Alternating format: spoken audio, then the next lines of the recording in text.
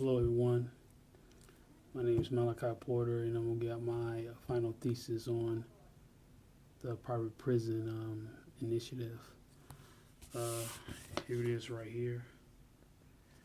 I'm still looking through it, still making some final changes, but basically this will be a video based on my analogy on the private prison industry initiative. Basically, I'm going to go over the changes I've been through during my study of the private prison industrial complex.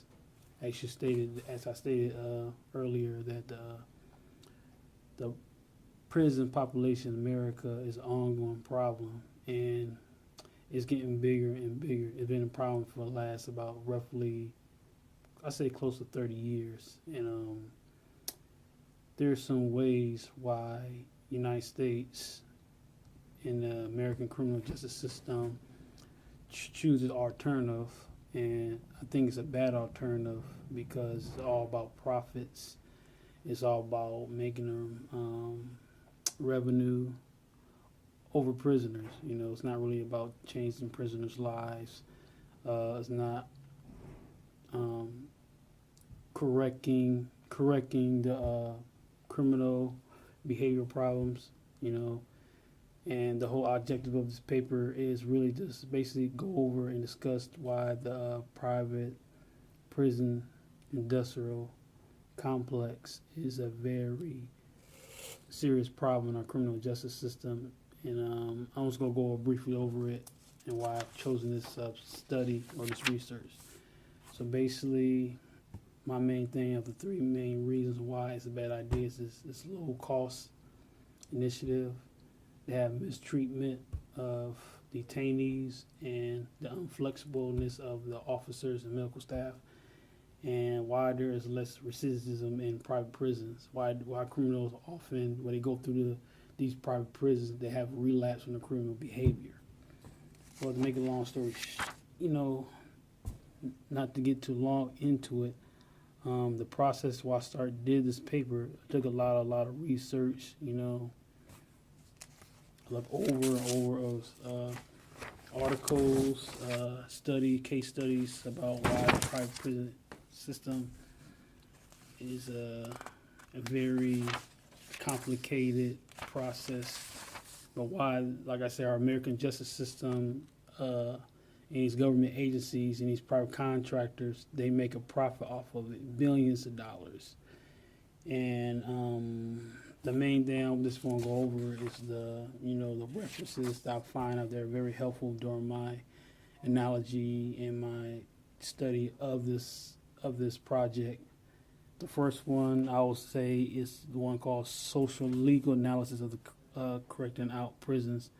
This one's by Brian Grant, William Henry from Social Justice. This came around 2007 from page 173 to 194. And basically talking about, in this journal, they talk about holding private prisons accountable.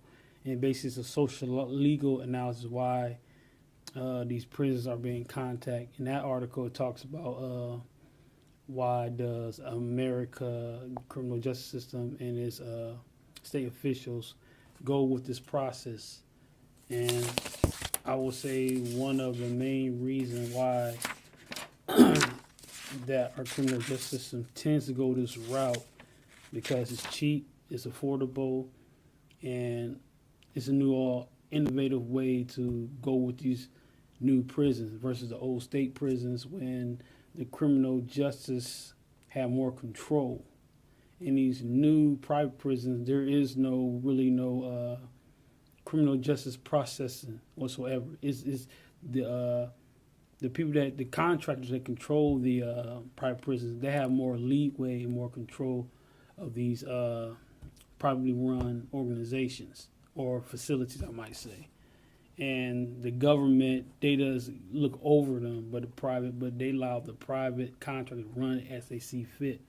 Like they have prisoners that come in, like in the regular state prison, the detainees or the prisoners, the correctional officers, the medical staff, they have more stricter regulations than a private prison. In a private prison, They don't have that much restriction because it's not controlled by the state or not controlled by the federal guidelines. It's more like a private guideline, so they can make their own policy as they see fit. It may look, you got some private prisons that look like a federal state prison.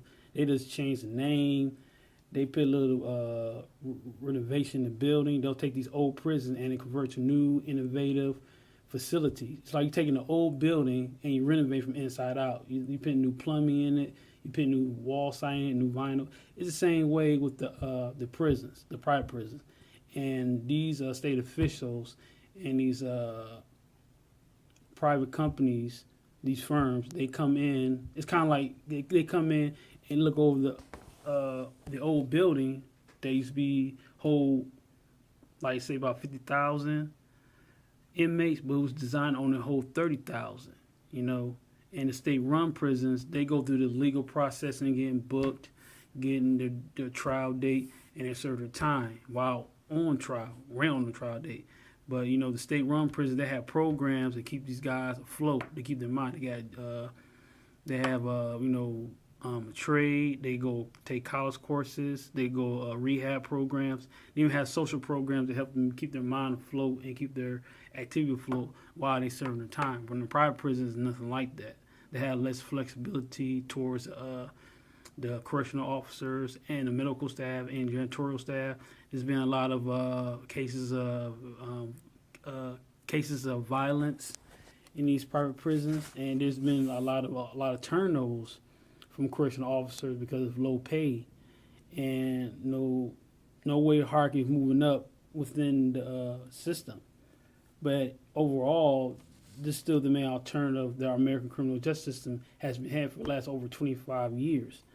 Because the main two companies that has, hang on for a moment, just give me one moment, go through this thesis.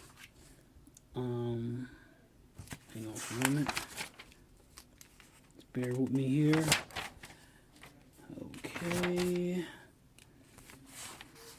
As I stated earlier, the biggest private company that runs a private industry is called Correction Corporation of America. They are America's largest private prison company. They own majority of all the private prisons in America. And their competitor is Weekend Hut. Now, Weekend Hut is a private contractor security company.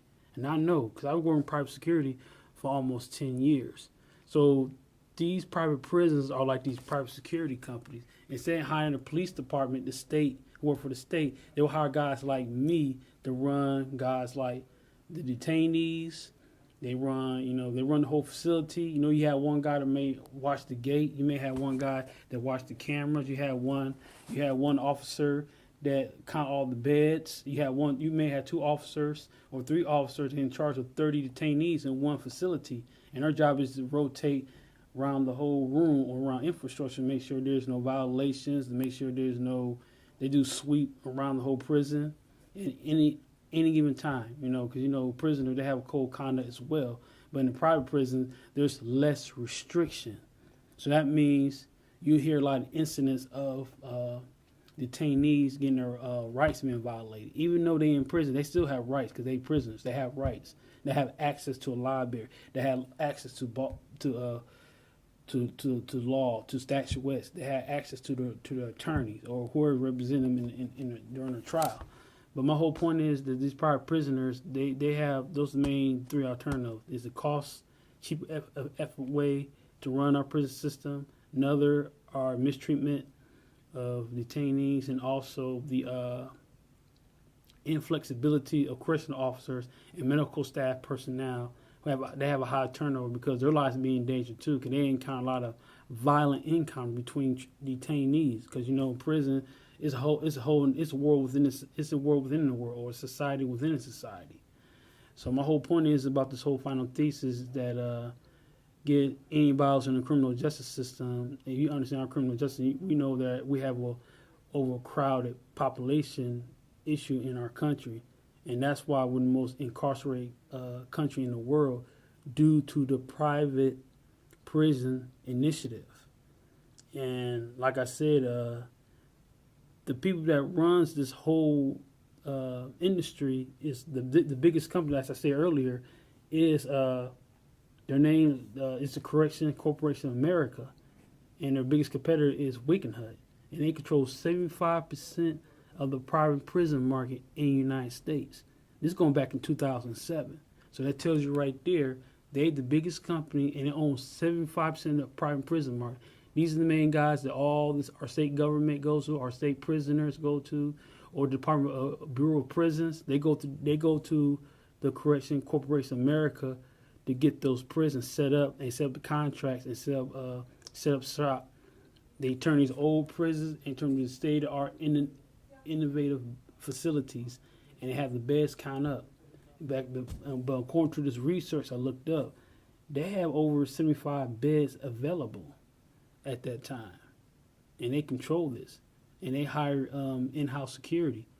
So they run by state security. State security more likely to have better, because they're protected by the federal government laws and statute versus the private. They not, because they see how it fit. If the detaining guy order, that contractor officer can do what he pleases because he's not under restriction of the law. If now he work in the state prison, then yeah, he may be in charge of violating civil rights of the detainee. He also can maybe charged for misconduct, like violation of the civil rights, abuse, because a lot of these detainees get abused to the staff member because they're not getting paid very well. They're not recognized for their hard work, and their life can be dangerous as well. You could be like 10 officers, and during each shift, those 10 officers will watch over 200 detainees. So, and out of those 200 detainees could be gang members. Some can be child molesters. Some could be guys be charged with deadly assault. And that's in the general population in a private prison in a private prison facility. So you got to think about that, and that's one. It's not a good alternative. We have money over prisoners or anybody, profits over people. The moral code goes out the window, the accountability goes out the window, and lack of enthusiasm go out the window, because just imagine you work in a place like that, you get low pay, you work in an environment that's constantly dangerous, and if they violate your rights or you violate their rights, there's no accountability. So those prisoners don't got nothing to lose because they in there for life. Some be in there for life, some doing 15 or whatever. They'll have nothing to lose, and they can take out their frustration on those correctional officers. So that's just one of the major problems of running a private prison industry, because there's no accountability, there's no legal liability behind it. They just run, they see fit. If one of the officers want to quit, they hire somebody else off the main line to take that person's place. It's a cycle of it's like the cycle of violence. Somebody got to stop the hinges of the door and say, wait a minute, something's wrong here. There's a lot of violations, and it's a lot to deal with. Well, this is my final thesis on, like I said, the private prison industry. I still got to do a little bit more editing on here, and then I hope you enjoyed this video, and I hope if you got any questions, hit me up at radisson.com. .ed, I'm sorry. But I hope you enjoyed this video, and y'all have a prosperous day.